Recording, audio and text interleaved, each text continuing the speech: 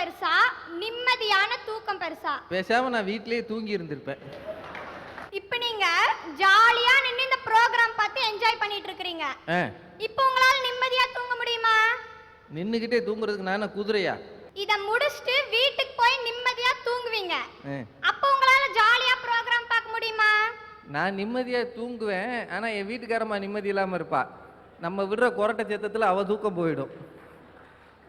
ஒரு 5000 ரூபாய் இருந்தா தாங்க, 2 நாள்ல கொடுத்துறேன். ஏம்மா இங்க கடன் வாங்குறதுக்கு வந்தியா பேச வந்தியா? திடீர்னு இன்னைக்கு தான் வந்து நிக்கிற. 5000 ரூபாய் கடன் கேக்குறிய, என்ன தைரியத்துல கேக்குற? அப்ப ஒரு மாசத்துக்கு முன்னாடியே கேட்டிருந்தா 1 லட்சம் தருவீங்களா? 5000 ரூபாய் நான் கொடுத்தா என்ன செய்வ? உங்ககிட்ட 5000 ரூபாய் வாங்கிட்டு போய் என்னால என் குடும்பத்தோட ஜாலியா ஊட்டி கொடைக்கானல்னு சுத்த முடியும். நானே இன்னும் ஊட்டி ஒழுங்கா பார்த்ததில்ல. ஊட்டி முறிஞ்சு போய் கிடக்கா, நீ ஊட்டிக்கு போறதுக்கு நான் 5000 ரூபாய் கொடுக்கணுமா? ஆனா அந்த பணத்தை 2 நாள்ல கொடுக்கறத நினைச்சா என்னால நிம்மதியா தூங்க முடியுமா? கொடுக்கணும்னு நினைச்சா தானே. அதே நான் சேர்த்து வச்சிருக்கிற 50 ரூபாயில என் குடும்பத்தோட பார்க் போயிட்டு வந்தால் நான் நிம்மதியா தூங்குவேன். இது மாதிரி தான் மத்தவங்க கிட்ட கடன் வாங்காம இருக்கிறத வச்சு திருப்தி அடைகிற கீழ்த்தட்டு மக்கள் தான் இன்றைய சூழ்நிலையில ஜாலியா நிம்மதியா இருக்கிறாங்க.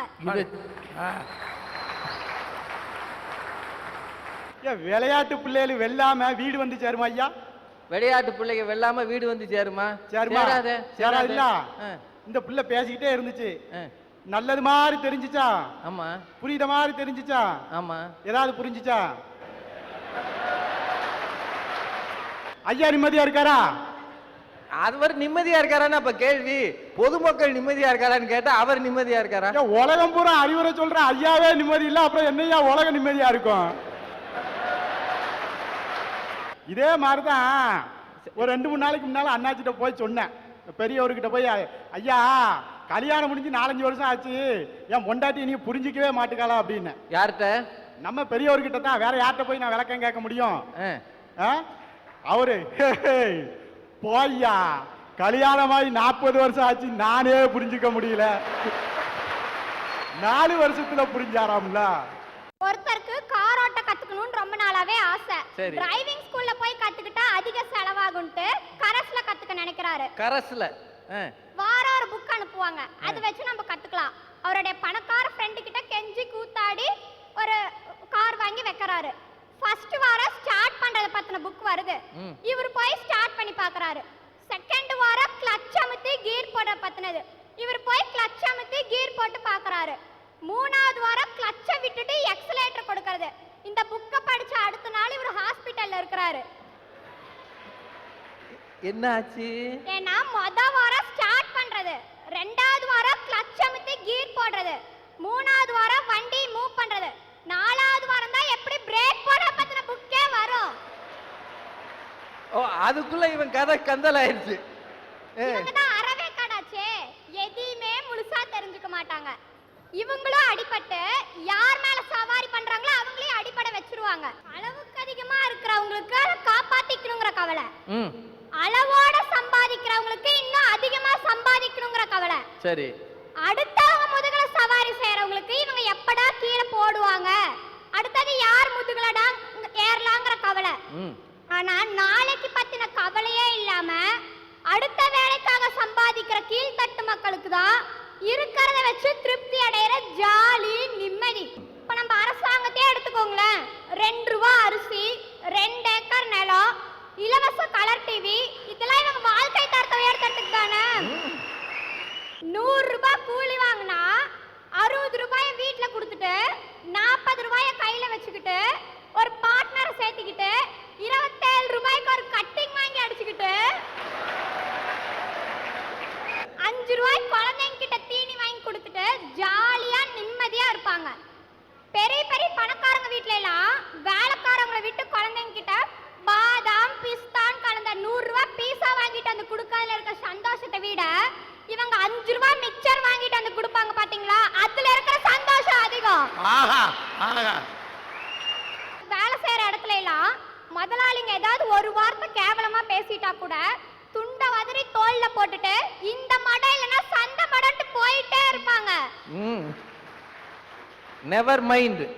ஏன்னா இவங்க கிட்ட உழைப்பு இருக்கு, தன்னம்பிக்கை இருக்கு, யாரையும் நம்பி இல்ல. இவங்க எந்த வேலைனாலும் செஞ்சு தேஞ்சு போவாங்களே தவிர சும்மா இருந்து துருபிடிச்சு போக மாட்டாங்க. இவங்க வேலை செய்யறப்ப இவங்க உடம்பு வேணா கஷ்டப்பட்டுக்கலாமே தவிர இவங்க மனசு சந்தோஷமா இருக்கும்.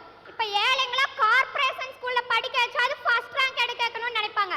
இந்த நடுத்தர மக்கள் எப்படி தெரியுமா, போலி கௌரவத்துக்காக அவன் கான்வென்ட்ல படிக்கிறான், அதனால என் பையனை எப்படியாவது ஒரு கடன் வாங்கி லோன் போட்டு எப்படியாவது கான்வென்ட்ல படிக்க வைக்கணும்னு சொல்லி போலி கௌரவத்துக்காக வாழ்ந்துட்டு இருக்காங்க. என்ன அழகா சொல்லுது பாருங்க. அப்பாவும் அம்மாவும் காலேஜ் ப்ரொஃபஸரா இருந்து புள்ள போய் ஃபர்ஸ்ட் ரேங்க் வாங்குறதுல என்னையா பெருமை? அப்பாவும் அம்மாவும் கூலி தொழிலாளியா இருந்து அது ஒரு கார்ப்பரேஷன் ஸ்கூல்ல ஃபர்ஸ்ட் ரேங்க் வாங்குனா அதான் பெருமை. இந்த தவமாய் தவம் இருந்து படம் பார்த்திருக்கீங்களா? பார்த்தனே. அதுல அந்த ஏழை அப்பா பிரஸ் வச்சிருப்பாரு. பிரஸ் வச்சிருக்காருனே ரொம்ப மிடில் கிளாஸா ஹை கிளாஸா நினைச்சிராதீங்க. அவரும் அதுல ஒரு பழைய பிரிண்டிங் மிஷின் வச்சிருப்பாரு. அடுத்த வேளை சாப்பாட்டுக்காக சம்பாதிக்கிறவர் இல்ல, அடுத்த வேளை தேவைக்காக சம்பாதிக்கிறவர். தீபாவளிக்கு முந்தின நாள் தன்னோட குழந்தைங்களுக்கு தேவையான துணிமணி, பட்டாசு, வீட்டுக்கு தேவையான மல்லிகை சாமானெல்லாம் பார்த்து விளக்கேட்டு வச்சிருப்பாரு.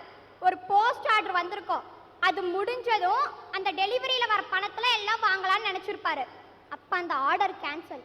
என்ன செய்யறது நினைச்சு பாருங்க. விடிஞ்சா தீபாவளி, எதுவுமே வாங்கிட்டு போகலைன்னா குழந்தைங்களாம் ஏங்கி போயிடுவாங்களேன்னு கவலையோட உட்கார்ந்துட்டு இருக்கிறாரு. அப்போ ஒரு போஸ்ட் ஓட்டுற வேலை வருது. ராத்திரி எல்லாம் கண் முழிச்சு உழைச்சு போஸ்ட் ஒட்டி அவர் பார்த்து வச்சதெல்லாம் வாங்கிட்டு போறாரு. அந்த தீபாவளி அன்னைக்கு காலையில அவர் பசங்க 2 பேரும் ஓடி வந்து தொப்புன்னு அவர் மேல விழறாங்க. அப்ப அந்த ஏழை அப்பா லேசா கண் திறக்கிறாரு. அப்ப அவர் கண்ணுல தெரியுது அந்த சந்தோஷம். ராத்திரி எல்லாம் கண் முழிச்சு கண் செவந்து உடல் சோர்ந்து போய் ஓய்வு எடுத்துட்டு இருக்கிற அந்த நேரத்துல அந்த சோர்வையும் மீறி அவர் கண்ணுல தெரியுது அந்த சந்தோஷம். தன் குழந்தைங்களும் குதூகலமா இருக்குங்கிற அந்த சந்தோஷமும் நிம்மதியும் எந்த மேல் தட்டு அப்பாவுக்கு கிடைக்காதுங்க, கிடைக்கவே கிடைக்காது. ஒரு தாய் பரம ஏழை. எப்படிப்பட்ட ஏழைனா தங்களுடைய ஜாக்கெட்டை கூட அவங்களால கூலி கொடுத்து தைச்சுக்க முடியாத அளவுக்கு ஏழை. அருகாமனையில அரிஞ்சு ஊசி நூல் வச்சு கையில தைச்சு போட்டுக்குவாங்க. அந்த தாயினுடைய 8வது மகன் இன்னைக்கு உலக நாடுகள்ல பிரபலமா பேசக்கூடிய அளவுக்கு இருக்கிறாரு. ஈன்ற பொழுதின் பெரிதுவக்கும் தன் மகனை சான்றான் என கேட்ட தாய்ங்கிற மாதிரி அவருடைய படிப்படியான வளர்ச்சியும் பார்த்து அந்த தாய் எவ்வளவு நிம்மதியா இருப்பாங்க. வேற யாரும் இல்லைங்க அந்த 8வது மகன். 3 வயசு குழந்தைய கேட்டா கூட திருக்குறள் தாத்தான் அன்பா சொல்ற நம்ம நடுவர் ஐயா தாங்க அது.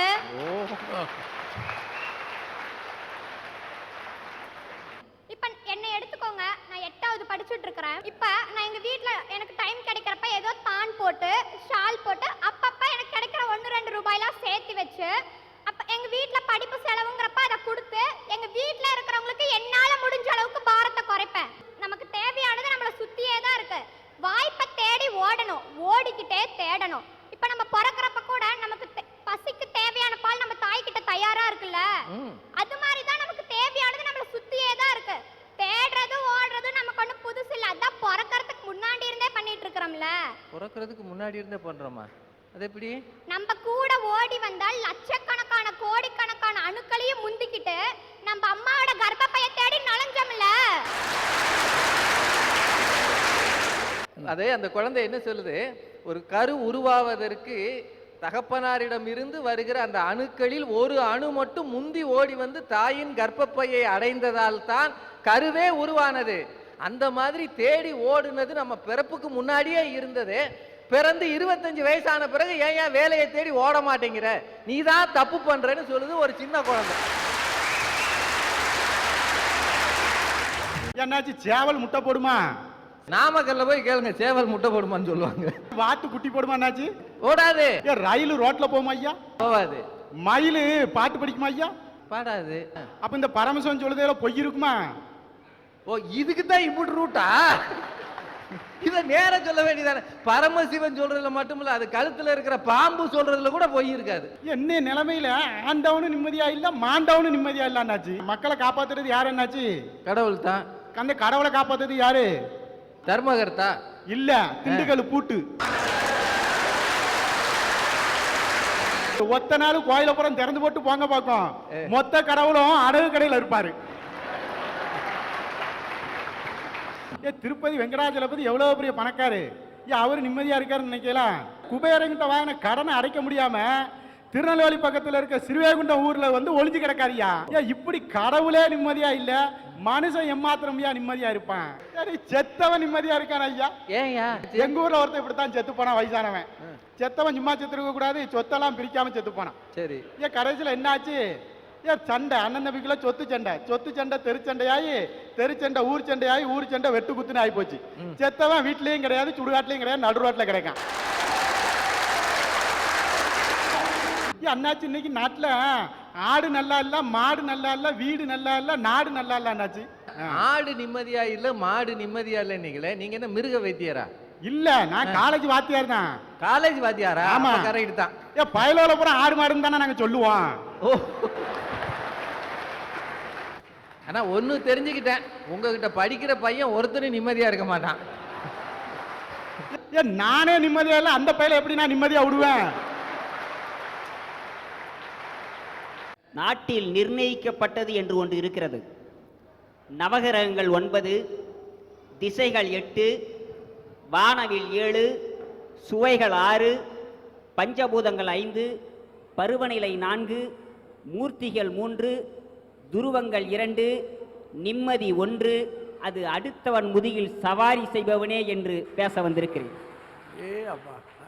விளங்கினவங்களுக்கு விளங்கின மாதிரி தெரியும், விளங்காதவங்களுக்கு எதுவும் விளங்காது. நீங்க விளங்கினவங்களா விளங்காதவங்களா? உங்க முன்னாடி நிக்கிற நான் விளங்கியா போக முடியும்? விளங்காம தான் நிக்கிறேன். எது சரி நம்ம இன்னைக்கு நினைக்கிறோமோ அது நாளைக்கு சரியில்லைன்னு தோணும். சரி.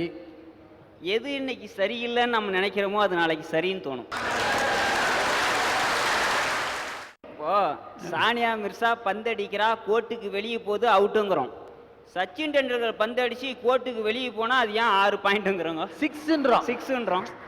ஓ, இவ்வளவு எப்படியா உங்களுக்கு யோசனை வருது? அவ விளையாடுறது டென்னிஸ், இவன் விளையாடுறது கிரிக்கெட்டு. அதுல அது சரி, இதுல இது சரி. சார், நாய்க்கு 4 கால் இருந்தாலும் அதால கால் மேல கால் போட்டு உட்கார முடியுமா?